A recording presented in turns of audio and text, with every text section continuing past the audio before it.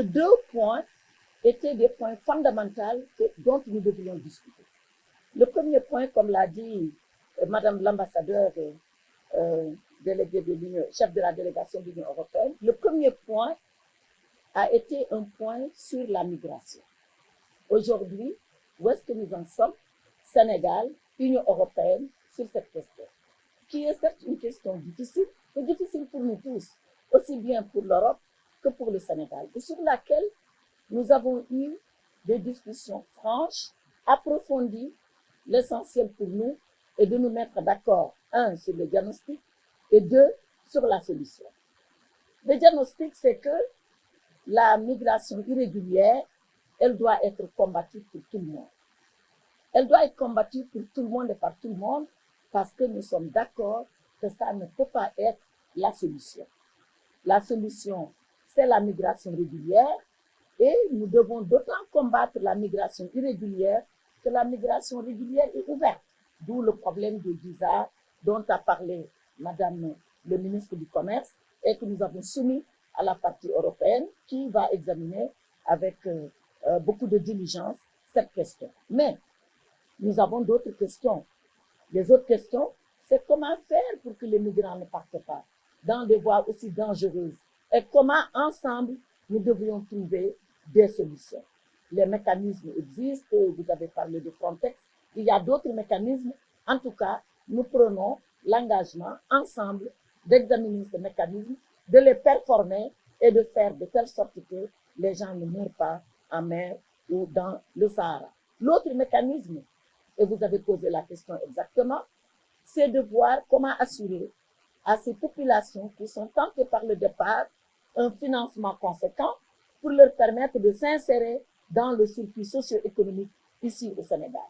Ou quand elles sont déjà parties et qu'on les a ramenées, comment rapidement leur proposer cette insertion. Et beaucoup de mécanismes ont été mis en place, d'abord par le Sénégal, au niveau interne, mais ensuite, en coopération et en relation avec l'Union européenne, nous avons ensemble décidé de performer ces mécanismes, de les renforcer, de les doter de plus de moyens humains et financiers pour qu'ils soient opérationnels et tout de suite au bénéfice des populations tentées par la migration. Et l'Europe d'ailleurs vient de prendre une grande initiative qu'elle appelle Team Europe Initiative et qui permettra également de venir en renforcement de tous les mécanismes existants. Le deuxième point de nos discussions a porté sur nos échanges commerciaux. On l'a dit, l'Europe, c'est le partenaire historique, mais également le premier partenaire en termes de volume d'échange du Sénégal. Mais il ne suffit pas de le dire et de s'arrêter là. Nous avons aujourd'hui un niveau de 1700 milliards de francs CFA d'échange. Mais comment faire pour aller plus vite? Comment faire pour aller plus loin? Comment faire pour aller au-delà? Voilà la question que nous nous sommes posée. Et toutes les deux parties sont d'accord que nous devons augmenter ce volume d'échange. Et toutes les deux parties sont d'accord que nous devons être ensemble avec encore des mécanismes beaucoup plus innovants pour accroître ces échanges. Madame le ministre du Commerce a émis une inquiétude. Son inquiétude, c'est que par rapport aux années précédentes, l'entrée de nos produits sur le marché européen a chuté. Comment faire pour augmenter le volume d'entrée de nos produits sur le marché européen? C'est vrai, il y a eu la Covid, mais nous devons tout faire pour que le marché européen soit accessible à nos produits d'agriculture, à nos produits horticoles, à nos produits culturels, comme elle l'a dit tout à l'heure, à nos services. Nous avons discuté de cela pour voir avec l'Europe comment y arriver et nous avons trouvé des solutions. L'Europe a émis une inquiétude. Son inquiétude, c'est comment assainir l'environnement des affaires au Sénégal pour que leurs investisseurs venant ici soient encore en sécurité et dans de meilleures conditions de pouvoir travailler. Nous y avons répondu.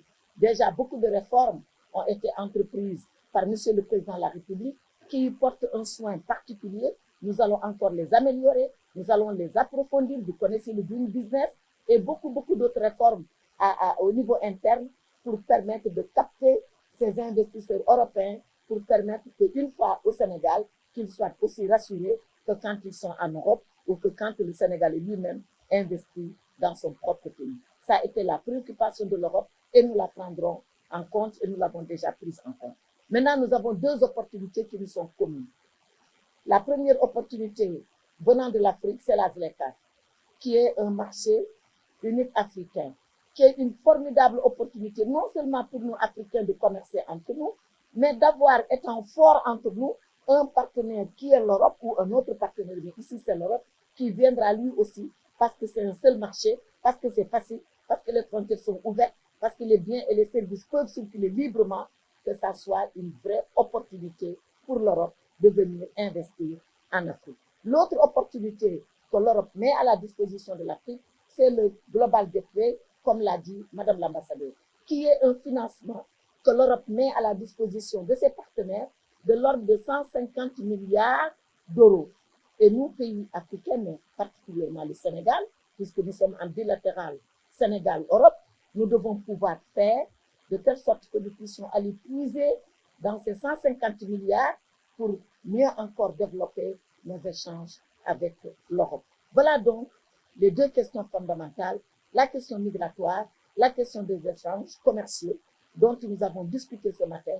Et sur toutes ces questions, comme je l'ai dit, nous nous sommes mis d'accord sur le diagnostic, nous nous sommes mis d'accord sur ce qu'il faut faire. Nous avons réaffirmé notre volonté commune et partagée de régler la question migratoire ensemble et d'accroître le volume de nos échanges commerciaux ensemble. Il y a, dans quelques jours, nous allons, la 10e conférence ministérielle de l'OMC va se tenir à Genève. Et donc, parmi les questions importantes qui seront abordées, il y a celle liée aux subventions à la pêche. Et vous le savez, on parle beaucoup un peu de la pêche, de la surpêche, etc. Et le Sénégal est très engagé dans les discussions pour avoir des disciplines à l'OMC pour mieux organiser le secteur de la pêche et protéger les pays qui dépendent beaucoup de ce secteur. Et l'Union européenne est très engagée également aux côtés du Sénégal et ces questions ont été abordées. Mais également, la question liée à la zone de libre-échange continentale africaine. Vous savez, le Sénégal est un acteur extrêmement important de cette zone de libre-échange continentale africaine. Nous avons joué un rôle majeur pour connaître cet accord, et compte tenu du fait que nous exportons beaucoup plus sur le continent africain que nous l'exportons sur les autres continents. Et vous savez, il y a de cela quelques années, nous avions négocié avec l'Union européenne l'accord de partenariat économique que certains pays africains n'ont pas signé. Et donc, aujourd'hui, ce que les pays africains souhaitent, c'est d'abord constituer un bloc très fort en Afrique pour développer les échanges entre pays africains. C'est ce qui a donné donc naissance à cet accord sur la zone de libre-échange continentale africaine. Et ainsi, certainement, les discussions seront beaucoup plus des discussions de continent à continent. Et ainsi donc, nous serons unis, beaucoup plus forts, et nous pourrons ainsi mieux défendre les intérêts donc, des pays africains. Nous avons également abordé avec l'Union européenne la question liée à la délivrance des visas, surtout pour les fournisseurs de services. À l'OMC, nous avions en 2015 un accord sur ce qu'on appelle la dérogation de l'OMC sur les services, pour permettre aux pays moins avancés de pouvoir accéder au marché des services des pays développés. Et donc, parmi les préoccupations que le Sénégal avait évoquées en 2014, quand on élaborait la demande collective de paiement, il y a la question liée donc à la délivrance des visas aux fournisseurs de services. Et nous avons donc mis sur la table la préoccupation de ces fournisseurs de services qui ont du mal à obtenir ces visas pour accéder aux pays européens. Et donc, ce sont des questions que l'Union européenne est en train de traiter, nous a donné apporté des réponses. Et donc, je pense que ce sont des choses qui pourraient se régler très, très rapidement. Donc, je pourrais dire qu'en quelques points, ce sont ces questions commerciales que nous avons abordées. Je voudrais donc me me réjouir beaucoup de la reprise de ce format de discussion très important, comme toujours très ouvert, franc, confiant. Nous avons eu des discussions très riches et concrètes sur des sujets donc qui concernaient d'une part la question de la migration et d'autre part la question des échanges commerciaux et de relations économiques entre l'Union européenne et le Sénégal. Des sujets qui sont à la fois en haut de l'agenda politique, mais qui sont aussi des sujets sur lesquels nous coopérons à travers différents programmes, différentes plateformes d'échange de manière très intense au niveau européen, et j'inclus ici l'Union européenne et toute la Team Europe. Nous avons abordé ces points qui sont particulièrement importants aujourd'hui dans un contexte particulier, qui est celui de la guerre russe en Ukraine et son impact important doit encore être pleinement mesuré, mais dont nous savons déjà qu'il sera important sur le monde entier, en particulier sur l'Afrique. Les questions que nous avons abordées aujourd'hui sont aussi à lire dans ce contexte particulier. Et bon, comme d'habitude, nous avons abordé ces questions à la fois par le prisme politique, mais aussi à travers des dimensions beaucoup plus techniques et pratiques. C'est ainsi que fonctionne le partenariat entre l'Union européenne et le Sénégal. Nous avons des visions, des ambitions communes, et nous avons une manière très flexible et pragmatique d'aborder ces différentes questions, et il s'est agi de cela aujourd'hui aussi. Bon, peut-être un petit point de conclusion déjà sur la question de la migration. La migration que nous considérons comme un sujet sur lequel nous devons travailler plus avant pour en tirer toutes les opportunités. Nous voyons la migration comme un phénomène qui nous construit, un phénomène tout à fait naturel, compte tenu de la proximité de nos continents, et dont les uns et les autres nous avons tiré beaucoup de bénéfices. Nous travaillons donc sur la manière d'optimiser notre partenariat sur les questions migratoires, et pour rappel, il existe entre le Sénégal et l'Union européenne un partenariat privilégié sur ces questions. Nous apprécions beaucoup les efforts qui sont faits, et il en était question aujourd'hui de part et d'autre pour accompagner cette vision commune, en particulier pour aborder la question difficile de la lutte contre la migration irrégulière, la lutte contre les trafics humains, les trafics de personnes. Nous apprécions beaucoup les efforts du Sénégal à cet égard. L'Union européenne et la Team Europe sont d'ailleurs très actifs pour aborder cette problématique sous tous ses aspects sécuritaires, et nous continuerons à le faire, mais également les aspects, on va dire, plus liés à la mise à disposition de dispositifs, à l'efficacité de dispositifs qui visent à créer davantage d'opportunités, notamment pour les jeunes sénégalais, de se réaliser professionnellement dans le pays, mais également pour aborder la manière dont, pour ceux pour qui le projet migratoire est véritablement une envie profonde, qui n'est pas dictée par l'absence de choix de faire autre chose, travailler ensemble pour développer la migration circulaire et les voies de migration légale. Sur tous ces sujets qui concernent aussi la gouvernance de la migration, nous avons un dialogue très ouvert, beaucoup de plateformes et de possibilités de coopération, et nous allons mettre toutes ces possibilités au service d'un partenariat renforcé dans ces questions. Nous sommes véritablement ensemble sur ce sujet qui nous concerne très profondément de part et d'autre. Le deuxième sujet concernait le commerce, nos échanges commerciaux.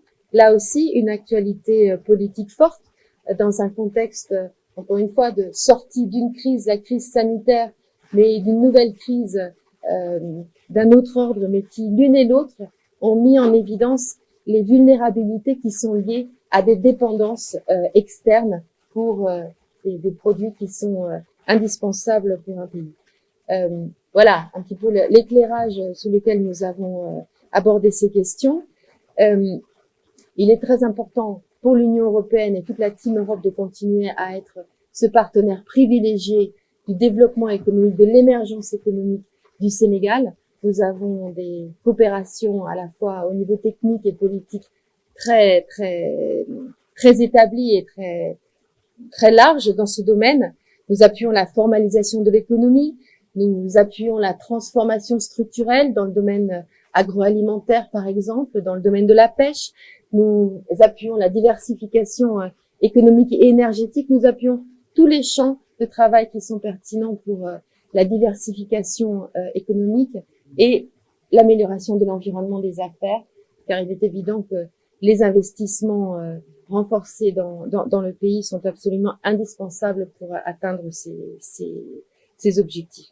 Et nous restons bien sûr à l'écoute, comme nous le sommes toujours, du Sénégal, à l'égard des demandes qui pourraient nous être adressées, à la fois pour renforcer ce partenariat, mais aussi pour aborder ensemble les questions de renforcement des échanges commerciaux entre le Sénégal et l'Union européenne, et de voir de quelle manière, à la fois au niveau interne et au niveau externe et international, nous pouvons avancer sur ces sujets de concert.